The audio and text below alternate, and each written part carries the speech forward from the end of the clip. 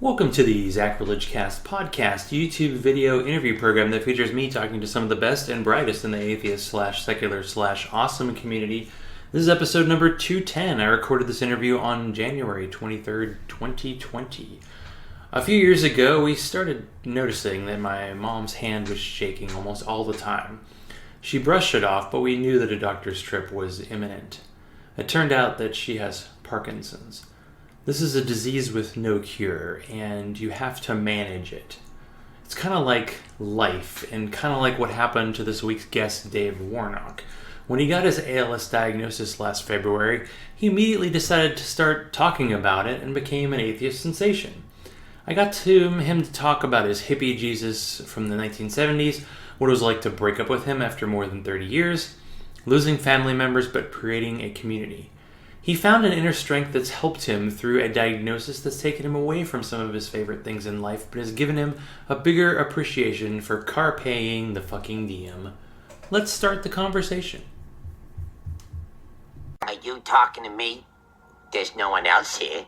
You must be talking to me. Well, that was an antique. Welcome to the Zachrilege Cast! Dave Warnock, how's it going tonight? I'm good. Good to be here. Okay, so what kind of beverage do you have for this evening's show? Well, I've got bourbon in a plastic cup. How's that? That's classy right there. Yeah, I got my Dragon's Milk, my bourbon barrel-aged stout, number one draft pick beer, and conveniently found that the place around the corner from me at work has it the cheapest in town, so it's really lovely. Lovely. So why don't we start sort of at the beginning? So you got kind of swept up in, I don't even know what it's called, like sort of a hippie Jesus 70s thing. So how did that kind of happen? And then what led you to kind of break up with Jesus? Well, when you date someone for 37 years and you realize you're the only one on the date, you just kind of think, okay, it's time to break this thing up. I was in the Jesus movement. Yeah, it was kind of a follow-up to the hippie movement of the 60s, the Jesus movement of the 70s. I got caught up in that and spent the next 35, 36, 37 years just living as an evangelical, charismatic Christian, much of that time as a pastor. Always in leadership of some sort, oftentimes on staff at churches and things like that. Combined my time between Arkansas and Tennessee, hence the Southern accent. Well, I always appreciate having guests on who have a Southern accent, because in the South, it seems like people ask you, they don't ask you if you're religious, they ask you what church you go to. It's kind of like a warm-up. That was like when I first moved from Pittsburgh to Nashville, like that happened. Actually, someone asked me what church or if I went to a particular church, and I just said no, because otherwise I had no answer. Yeah. But was it okay, so a 37-year marriage, I'm sure there were ups and downs and hopefully some ups.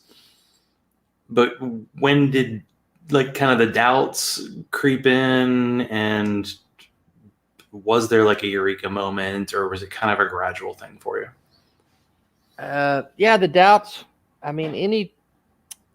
Like you said, that's a good way to put it. 37-year relationship, marriage, whatever.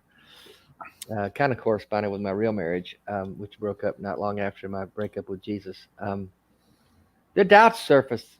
They come and go. And there are things, the kind of Christianity that I was in was the Bible's true, the Bible's inerrant, everything in the Bible is real and true. And God is supposed to be present and involved with our lives. He answers prayers. He leads us and guides us. So it's not a distant, uninvolved God. It's a very present and active God. And so over the course of many years, you begin to see that the times when you would think an active and present God would show up and do things, help you with things, or prevent things from happening or whatever. And over the course of time, when that just doesn't happen over and over and over again, and it just becomes obvious that there's nobody there but you doing the things. So it's a series of doubts and questions that you push them down, you set them aside, and then eventually they become. It's just an accumulation of issues that are unresolved, and so you just kind of it adds up after a while. It absolutely adds up.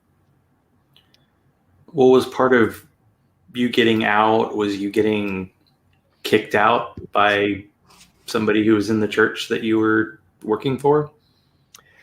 Well, the last church I was on staff, yeah, I did get fired from that position because I was too independent. They told me I wasn't. It was a very narcissistic, controlling environment. The lead pastor, was very controlling and narcissistic, and he and I just didn't get along. And the pattern was that everyone eventually got fired from that church. So it wasn't something new for me.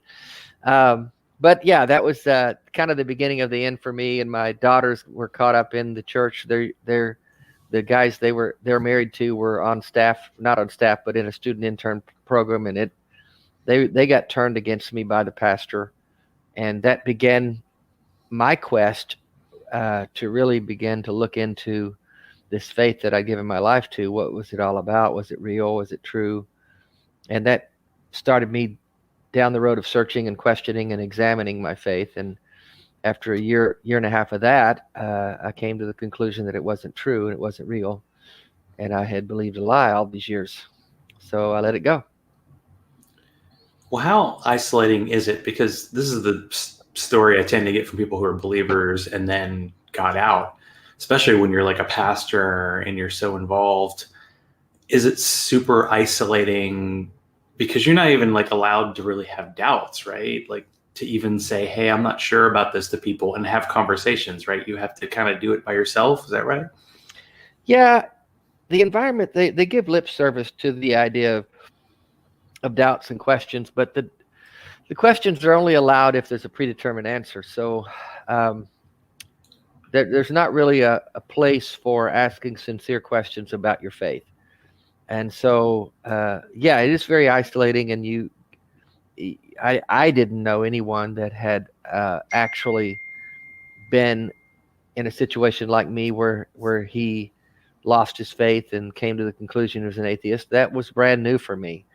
And I didn't know anyone like that had been through that. I didn't have anyone to talk to. So I felt very isolated, and it was very disorienting and confusing and traumatizing, honestly.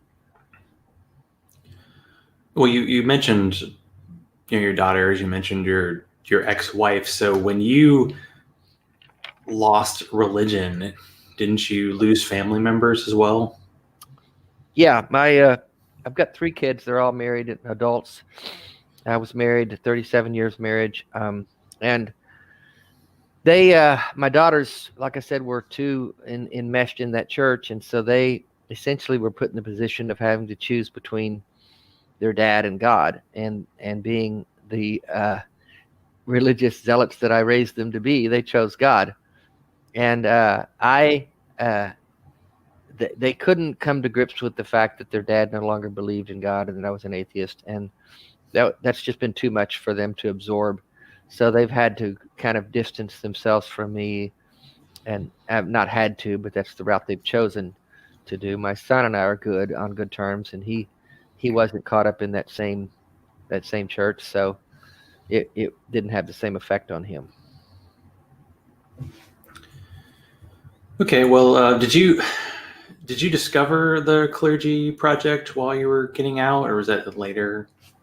Yeah, that was one of the first connections I had with this side of the world, the ex-Christian side of things. I just, because of the internet, I was able to find some connections on the clergy project and connect with some other ex-pastors. And I started finding other people who had been through these kinds of events. And so that was the beginning of me finding a new community, which was life-saving for me.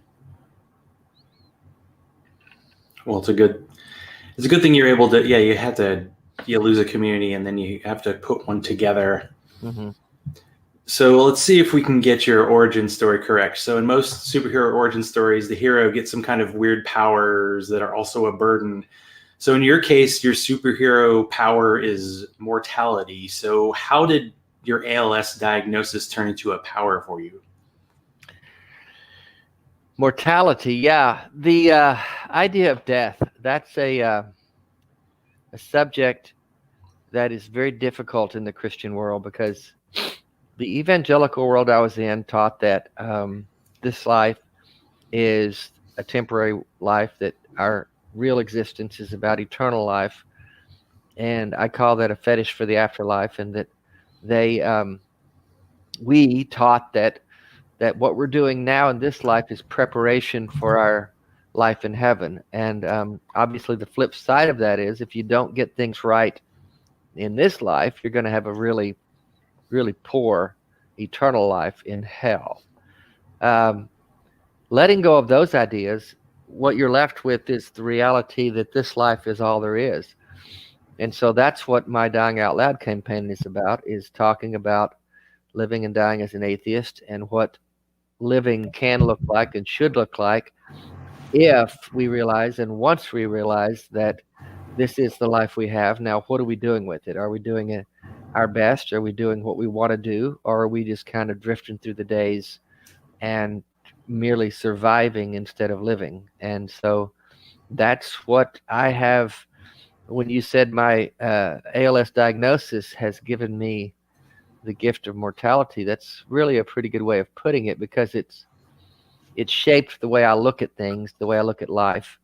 It's allowed me to focus on what's really important, and it's caused me to start talking about these things. And that's what's led me to be on shows like this, and to travel around and talk at meetings. And it's been a very gratifying experience for me, and one that I have found to really do some good for people and have positive impact and be inspirational to a lot of people. Some who are just going through what I would call normal life, where there's not a lot of stress and trauma and drama, but they're realizing that they're not doing it the way that they would want to. And other people who are facing some very serious things, who have found encouragement in the things I'm talking about. So yeah, I am grateful for this mortality superpower I've been given. I've even got the cape, the hood with it to go. Nice.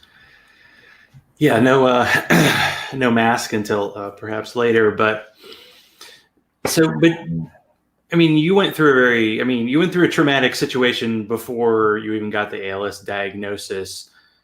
How are you able to take care of yourself kind of mentally? And you talked a little bit about building a community, but it seems like you had kind of prepared yourself. You had built the foundation for dealing with this situation before it even happened. So how are you able to kind of create, I guess, a bit of a stable platform for yourself, so that this wasn't something that made you just wallow in desperation and negativity? Yeah. God told me I was going to get ALS, and so I was prepared for it. And so when it happened, I wasn't. You're like, thanks. I didn't get to see you earlier. He told me he couldn't do anything about it, but I was going to get it. And it was kind of him to let me know. So, God's good about things like that. Yeah, I had rebooted my life about 3 years ago, when I left my marriage, and I kind of just started over at the age of 61. And I just thought, you know what, I've got whatever years I have left, I want to make sure I'm living them to the best of my ability. And the phrase "carpe the fucking diem" started.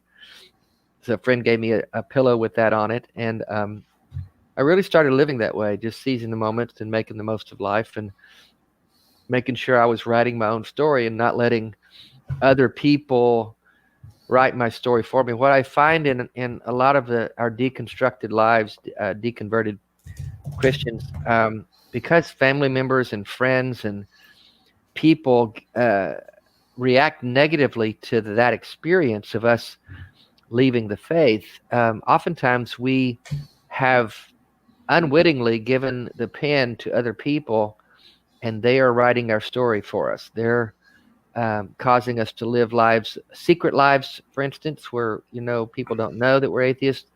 People don't know that we're not Christians anymore, or caused, in my case, sadness and depression about losing my daughters, to their reaction to my atheism, not being able to live fully who I was in my authentic, honest life in a marriage that was not working because she remained a Christian and still does. And so I was letting other people write my story for me. And so, yeah, what you talked about is that I had begun to live my best life even before getting this diagnosis. So in a lot of ways, I was mentally prepared for something of this magnitude. I was living that way already. I just put the accelerator down when I got this diagnosis in February of last year. Well, what were the symptoms and what was it like? I've heard the story, but probably be good for you to say it again, like of how you kind of found out officially that you had ALS. Yeah, that was a tough day. I'll be honest. February 26th. I think that's a story. Like sometimes people say that's a tough day, and you're like, and you're like, this case, yes, you legitimate tough day. It wasn't it just wasn't a tough day because I was stuck in bad traffic or something. It was a day that altered the way I look at life and the way I live life. So yeah, that's a big day. I had been having symptoms for months and wasn't really paying much attention to them because little things here and there. You think maybe I'm getting soft or weak, and my hands weren't working like I thought they should, and I was having trouble doing simple tasks that shouldn't have been giving me trouble. I had a couple of marked moments where I couldn't grip a bowling ball and couldn't grip a golf club and things like that I realized something's really wrong here. But I waited till after the first of the year to start going to doctors because I knew that I would run through my insurance deductibles and all those things. So I thought, well, let's just get it all done in 1 year instead of stretching it out to 2 years. And so after a few visits to doctors and neurology referrals and all the tests that they do, there was one conclusive test that they did to, and I'm the kind of person that wants to know what's going on. I didn't want to, if I just want to deal with the truth. And so I had Googled enough symptoms to know that ALS was on the table. And so when this test was given, and I asked the neurologist to be straight with me, I asked him at the end of it, do I have ALS? And he said, yes, you have ALS. I hate to give you this diagnosis, but you have ALS. And that was early in the morning, and I was actually living in Nashville, right across the street from the hospital at Vanderbilt. So I just was able to walk home, and I was by myself. And, that wasn't daunting to me. I didn't feel like I needed somebody to hold my hand, but it was pretty sobering. They didn't offer a lot of follow-up. They said, yeah, you have ALS, and the typical prognosis is 3 to 5 years to live. And the elevator is right around the corner, and you can get dressed now. And that's it. That's it. So I walked home, started calling people and texting people.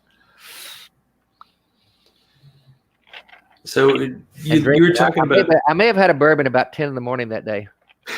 Yeah. I may or may not have had a bourbon early. I don't blame you for that. So you were talking about some things that you had trouble doing. Are there some activities that you just can't do anymore at this point? Yeah.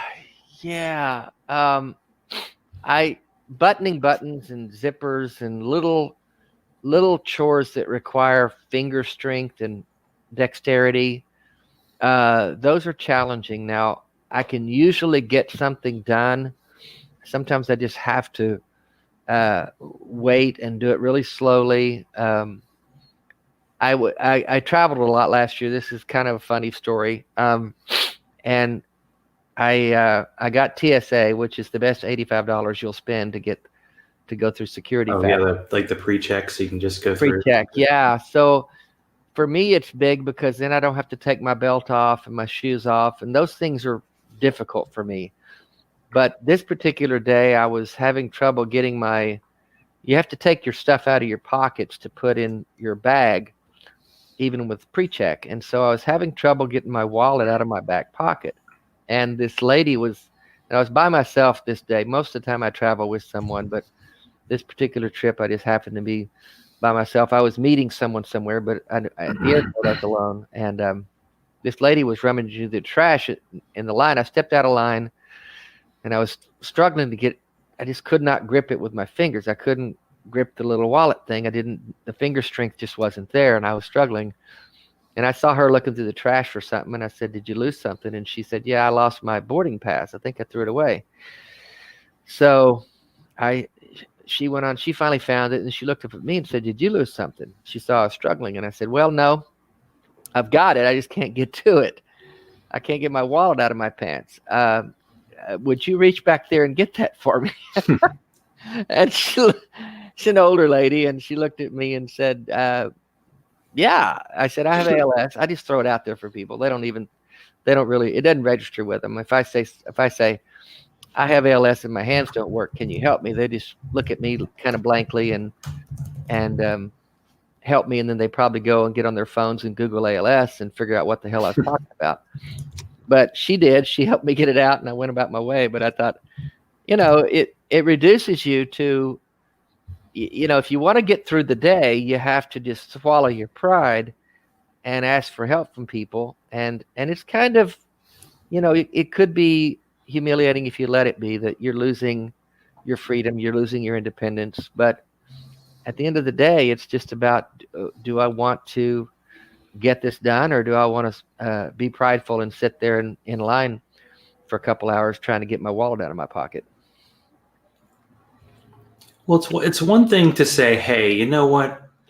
Dying out loud, that sounds like a good, slogan. I should go around the country and around the world and talk to people about it and about being an atheist. But how do you actually get that done? Like, how did this go from an idea to something where, I'm the last atheist podcast that you've been on? Yeah. Well, as soon as I got the diagnosis, I hired a marketing team and a PR firm, and we came up with a cool slogan, which is not what happened. Yeah, my friends, my original thought was, I'm just going to travel and do what I want to do and see as many places as I can and burn through whatever money I have and just live life, and then check out. Because I didn't know how long I would have. It goes fast in some people, and some people it goes slow. As it turns out, it's going slower in me. So I'm progressing slower than a lot of people do. So I'm still able to do a lot of things. But after a few months of just kind of thinking, I just want to do what I want to do, a friend of mine, Marie, who I think booked the show with you, she was visiting in Nashville and saw that I was wanting to talk about my experience facing death as an atheist, and that I was not afraid to talk about it. I kind of wanted to talk about it. So she started reaching out to podcasts and secular communities and booking me on things like this. And over the course of the next 6 months of last year, we filled up the calendar with dates, and it became, I don't know where the name Dying Out Loud came from. It just kind of happened. T-shirts just kind of happened. Bracelets kind of happened.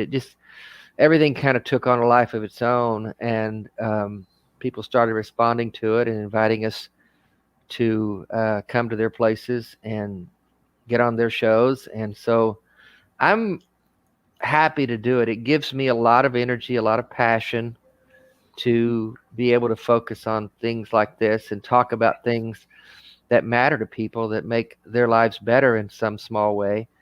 And if I didn't have this to do, and I've said this a lot of times, I really think I would be in a much darker place mentally than I am right now, because this really inspires me to be able to talk about and do things that seem to inspire the people. Now, I'm sure you've had many experiences of dealing with fellow atheists, because you had to create this community after getting out of being a Christian. Have you had a lot of experiences talking to other people who have ALS?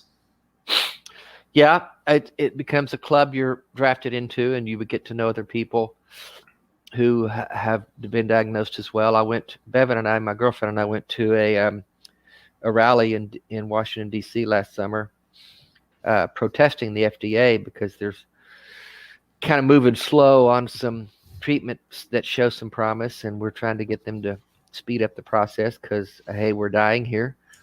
And yeah, I've gotten to know others online and in person. I've had several people reach out to me after hearing shows like this that are diagnosed themselves or have family members who are dealing with it. So I've had occasion to interact with them, and it's a disease with a wide spectrum of uh, results, of progression. Some people progress really fast. Some people, it starts in their hands. Some of us, it starts in their feet or their mouth. So it's all over the board. But yeah, we've gotten involved as much as we can, and will more so in the months to come with other ALS people. Okay, I'm coming with this question on the fly, so it might be absolutely terrible, but I'm going to give it a shot. So, what would you rather have happen? Would you rather have a disease named after you, because ALS is also known as Lou Gehrig's disease, Mm-hmm. or would you like to be such a notorious atheist that after you die, Christians pass the story that you decided on your deathbed to become a Christian again?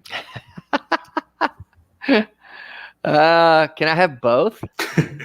No, actually, Because my that disease was already. what's his name? Christopher Hitchens, Carl Sagan, or two, that there are just all these rumors like when they're on their deathbed, they're like, just kidding, I'm not an atheist. Yeah, no. I guess since this already has a name attached to a famous baseball player, I'll have to go with B. Um, Yeah. yeah, there's been some speculation that might happen, or that I think any of the Christians in my life now know me better than that, but you never know. There are people who are making efforts to, as I've gotten more public and have gotten a wider audience, there are a few that are coming out and saying, hey, don't you realize this is God trying to get your attention? But not a lot of that. Hmm. I call bullshit on that pretty fast. And during your time maybe studying religions, have you picked a favorite religion's heaven that you'd actually want to go to, or are you thinking no for pretty much all of them? Well, at one point I thought the 70 virgins might be fun, but then again, virgins, I don't know. There's not a lot of experience there, so that probably wouldn't be any fun. But then also my girlfriend might have a little problem with that. Although when I'm gone, it really wouldn't matter, right? So no, I think the idea of an afterlife is just absolutely preposterous on any level. I think it's an idea fabricated by man, because I mean, think back when most religions got started that have afterlives, that life was fucking hard. And life was short and it was brutal, and so the idea of something coming after this was very appealing. But my point, when people ask about, are you, does it bother you that there's no afterlife, or that this is it, and when you die the lights go out and that's it? No, it doesn't bother me. Why should it bother me? This life is pretty amazing if we stop and savor it, but it's really what we make of it, and what are you doing with it? I know life can be hard, and I know bad things happen and struggles, and it can be brutally hard, but there are moments for all of us if we're just looking for them, and that's really what I do believe with all my heart. So how has traveling been for you? Do you have some favorite spots you've been to so far, or stories from the road? Yeah, the road has been my favorite thing. I've decided I'm going to do that as long as I can physically do it, and as long as people want me to come talk. And the invitations are there. It's just a lot of these groups don't have a lot of money, so we're having to try to put 2 or 3 spots together and make sure that they can cover our travel costs, because we can't afford to. I mean, I'm not trying to make money on my trips. I just can't afford to lose money on them. So the travel last year, we went to some great places. Went to Toronto and Minneapolis and Houston and Philadelphia and Austin a couple of times, and Kansas City. And at every single stop, I was never. I'm always amazed at the beautiful interactions that we have as humans with each other. And that's why I do these trips. I can reach more people on platforms like this that can go all over the world. And I've connected with people all over the world from the different shows I did last year. And I love those connections. But the human interaction, the hugging of necks, the sharing of laughter and tears, and just that ability for people to look in each other's eyes and to share moments together, that is what it's all about to me. And every single stop that we made, there were just these incredible moments, unexpected moments of people just greeting after a talk or in a Q&A session or in a meet and greet before or after a meeting, where these just incredible connections happened. And that's what I take away, and the relationships that are formed around that go on for years afterwards, and the memories that we carry with us. That's just the beautiful part. The cities themselves I've enjoyed.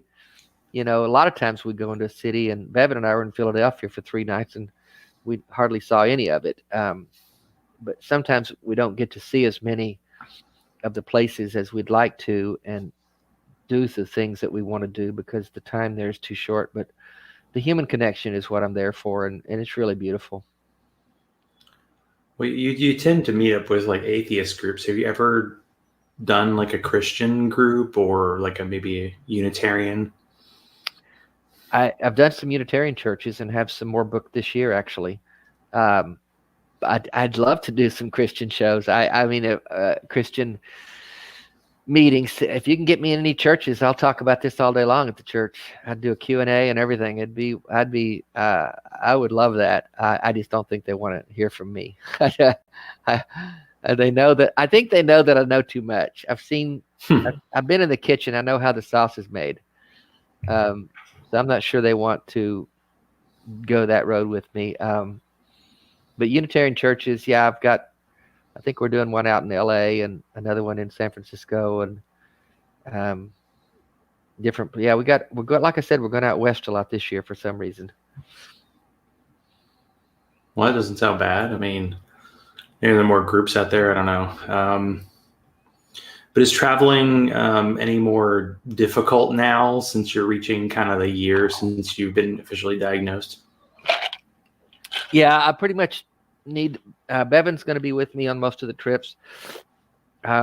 Marie's going to be there some because she's managing me. I can get it done. I'm still fairly functional. It's just everything's more challenging, and going in the hard part, I guess, about traveling is not knowing what the situation's going to be when you get there in terms of, am I going to be able to function in this space?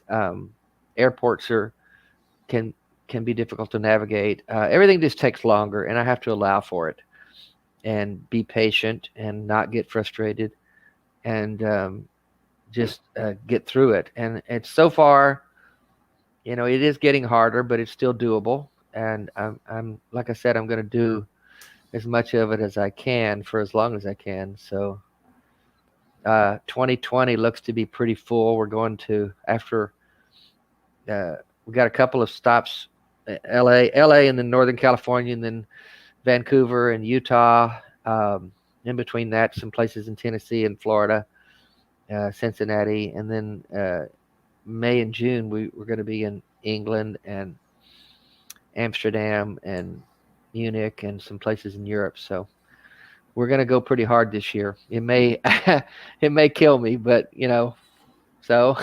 So. Yeah, go do what you're enjoying. So since you've been on a bunch of shows in the past year, was there one show that you went on and you're like, holy shit, how am I on this show? Pretty much every one of them. Yeah, it kind of became like a freight train that I was just trying to hang on to and not fall off of. I mean, a really cool experience, obviously, was getting on the Atheist Experience with Matt Dillahunty, and I'd seen Matt for years and had seen the show for years, and then to be on in the studio and recording that, and that was a show that had, that show has a huge audience. And after I did that show twice last year, and the reach that they have globally was mind blowing, because I started hearing from people all over the world who reached out and connected with me and told me what my story meant to them and what I was saying that was inspiring them, and they started ordering the shirts and the bracelets and stuff, and seeing pictures from people all over the world with their stuff on. All these shows that just have that do great work and have done great work for years, and all of a sudden I'm on these shows and talking to these people. It's been a cool experience to be a part of, I guess, what's known as the activist movement, because I was just an atheist living my life and selling insurance and doing my thing and enjoying life. And I wasn't really, I was active in my local group. We've got a strong ex-Christian atheist group in Nashville where I was living at the time. And I was very involved in that and involved online and trying to support people and encourage people and help people through the Clergy Project. I was actually on the board of the Clergy Project before I resigned after my diagnosis. So I was always involved with helping people navigate post-faith life, because it can be very daunting. But I wasn't what I'd call an activist. I was quiet on Facebook because I've got a lot of religious family, and I just didn't want to upset the apple cart too much and cause a lot of trouble. And I just kind of being quiet. But then after this, I just kind of ran out of fucks. I got no fucks left. So I'm just gonna give it all I got and raise my voice and say these things are important. Religion is doing damage to people. Not all religion, but evangelical Christianity is doing great damage to people. Great damage to our country. I mean, look at our fucking president. 81% support by evangelical Christians. And I'm thinking, this is too important a time for me to stay quiet. And so that's why I'm active. And so, the people, the shows I've been on, they've been doing the good work for years. You guys, you've been doing your show for 5 years, Zach. And I applaud that. And I'm glad to be a part of it and to throw my hat in the ring, so to speak. It's come at a late stage, but I'm glad that I'm able to get involved in it. Well, one of the shows I listened to in preparation for this tonight was you were on with Seth Andrews, Thinking Atheist. Mm-hmm. And I hadn't listened to his show for a while, so he had to call in people. And the first guy who was talking to you said, what did he say? Go ahead. Well. You see if you remember this all, because you've done a bunch. But the guy, I remember that guy. It's all about how you think. And if you think yourself well, you'll get well. Pretty much what he said, right? Yeah, it was one of those situations where obviously Seth's dealt with a bunch of people like that, and you've probably dealt with a few yourself. And it was just like, hey, we will answer as many questions as we can for you, but if that actually worked, people would be a lot healthier, right? Because people aren't just sick because they have a bad attitude. People are sick because they're sick. Well, I think for the most part, I may have told him it. If that's true, why aren't you in the hospitals helping everyone in there get better just by thinking themselves better? Yeah. Yeah.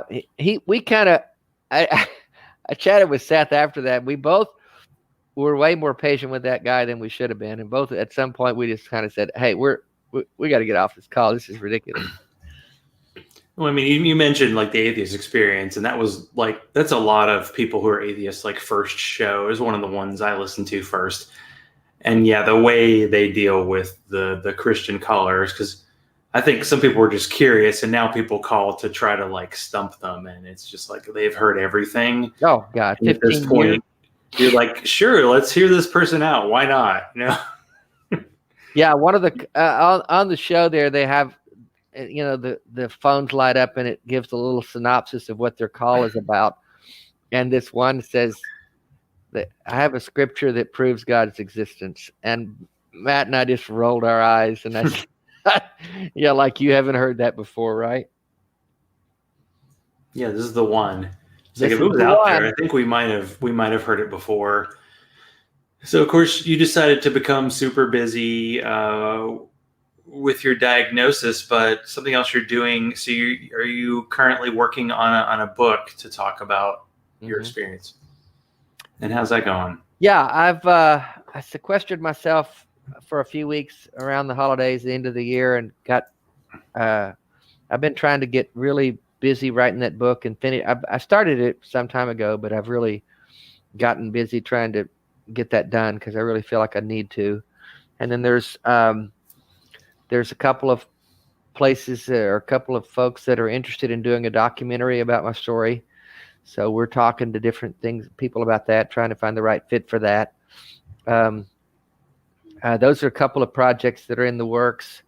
And then I'm also going to be, or have been working with an organization called the Final Exit Network, which is a nonprofit that helps people end life on their own terms in a dignified way, and it's actually not contingent upon laws in certain states that try to coordinate physician-assisted dying. This is take it in your own hands dying, and it's a really great organization. Getting involved with them on a really strong level, kind of as a promotional person for them and a spokesperson for them, because they do great work and they help people in my situation when have the power and the control and the option of taking things into their own hands when life just becomes untenable and when the life that I'm living is no longer to the standards that I want it to be, then I want to have the freedom and control to be in control of that. And this organization does great work in helping in that regard, and I'm really happy to be working with them. Have you already made those plans? I guess sort of tentatively, because you tentatively in my mind. Yeah, I've got more time than I thought I might to begin with, and so I've kind of put some things on hold in terms of spending time and attention and giving attention to those things, because I've got the mechanisms in place and I've got the idea of what I need to do. I just haven't spent the time to do it because I've been doing other things. But when the time comes, I will definitely give more attention to that and make sure they help you with all the legal aspects and the paperwork and making sure everything's in order so that you are in control of the end of your life, which is the bottom line, which is as it should be. Well, you've mentioned places you're going to go this year, and I'll include links because I'm sure you have all your kind of stops already set up for the year. But let's say people see that and go, wait, he's not coming to my town. How do we get you to your town? Well, you raise a bucket full of money because I'm very expensive. No, I'm just kidding. Big bucket, not a small bucket. Kind of bucket you could pour some bourbon into. Anyway, a bourbon and a cigar. Yeah. Do you have like a rider? Like, okay, no brown M&Ms and this type of bourbon, I have Maker's Mark bourbon and one cigar, no shorter than 6 inches, no longer than 8 inches. Already cut with a lighter. No. It's easy. Just reach out to us. The website, daveoutloud.com. The email, daveoutloud@gmail.com. Marie manages the schedule. We will come wherever people want us to come as long as our schedule allows. All we ask is that people help us with the expenses. I have to travel with someone, so unless we can drive to it, it's a couple of airfares, either a hotel or we don't mind staying with people if they've got a decent guest room where I don't have to share a bathroom with an awkward 14-year-old teenager or something like that. I just want a private bath, and I can't do cats. Sorry, I love cats, but they don't love me. I'm allergic. Oh. Those are pretty much my only conditions. If there's a secular group or an organization that wants to bring us in for a talk, we love to do that. Everywhere we go, we have a meet and greet, and love to connect with people that have heard me on shows or seen me on shows, and they realize I'm coming to a town. So we'll do a meet and greet. We'll have drinks. We'll talk. We'll laugh, we'll connect, form relationships, and then at all the talks I give, and it doesn't, I don't care about the size of the crowd. It doesn't matter to me if it's 10 people or 200 people or 1,000. I don't really care. It's just the connection with people that I love.